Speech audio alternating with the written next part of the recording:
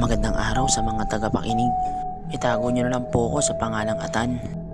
12 years old, Tubong Pampanga City. Nais kong ibahagi sa inyo ang aking kwentong katatakutan. Likas sa ating mga Pilipino ang maglagay ng rebulto sa ating mga bahay, lalong-lalo na ang mga rebulto ni Hesukristo at ni Mama Mary. Isang araw umuwi ang aking ama na may dalang rebulto ni Hesukristo.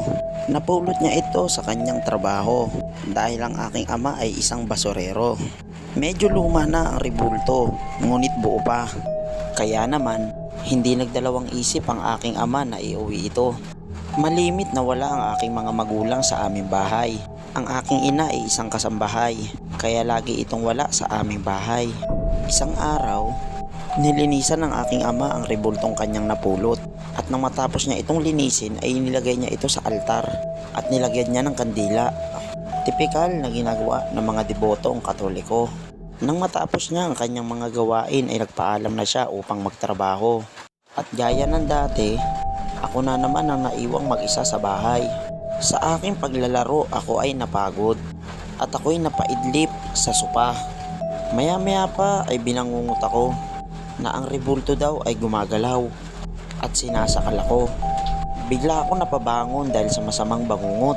Ngunit nung tinignan ko ang rebulto, ito ay nagbago ng posisyon. Tandang-tanda ko pa nung nilagay ito ng aking ama ay nakaharap ito sa akin. Ngunit nung ako ay magising, ito ay nakatalikod na. Medyo natakot ako sa pangyayaring iyon. Ngunit inisip ko na baka namalikmata lamang ako kanina. Lumipas ang maghapon at dumating na ang aking ama. May dala siyang ulam kaya kumain na kami ng hapunan at maagang nagpahinga.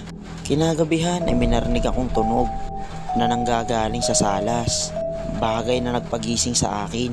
Nang silipin ko mula sa kwarto ang sala ay may napansin ako sa dilim. May napansin akong isang aninong naglalakad. Ngunit nung binuksan ko ang ilaw ay wala namang tao. At nang tinignan ko ang rebulto, ito ay nasa baba na at nakatingin sa akin. Agad ko namang ginising ang aking ama dahil sa takot. At nang makita niya ito ay sinabi niya na baka lamang pusa ang may gawa.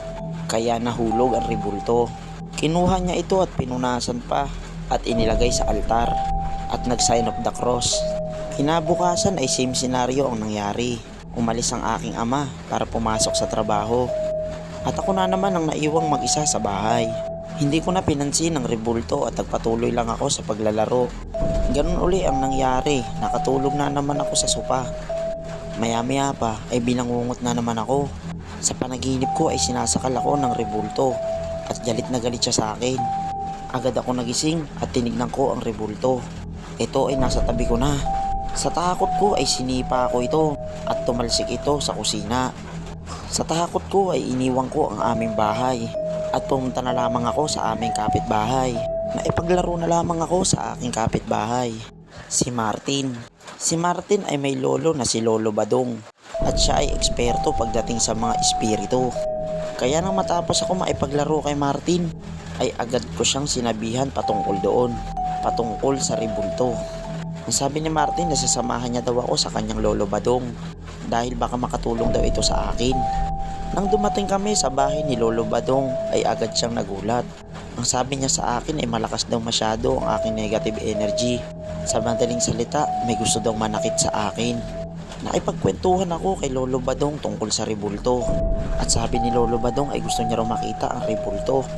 Ngunit gaya ng sabi ko ay natatakot ako. Sinabi ni Lolo Badong na sasamahan niya raw ako sa aming bahay. Bagay naman na pinaunlakan ko. Gabi na kami nang dumating sa bahay. At nagtataka ako kung bakit maraming tao sa labas. Maya-maya pa ay lumapit si Lola Crising. Nakita daw nila ang aking tatay na inatake sa puso at wala ng buhay. Dahil doon ay naantala ang plano namin ni Lolo Badong at naiwaglit ko sa isip ang tungkol sa rebulto. Lumipas ang mga araw at nailibing na ang aking ama at naalala ko na naman ang tungkol sa rebulto matapos akong bangungutin ng isang gabi. Sa panaginip ko ay humihingi ng tulong ang aking ama dahil inalipin ng rebultong itim ang kanyang kaluluwa at paulit-ulit na pinapahirapan. Dahil hindi ko na matiis ang aking mga nararanasan, agad kong binalikan si Lolo Badong at sumama muli siya sa aming bahay.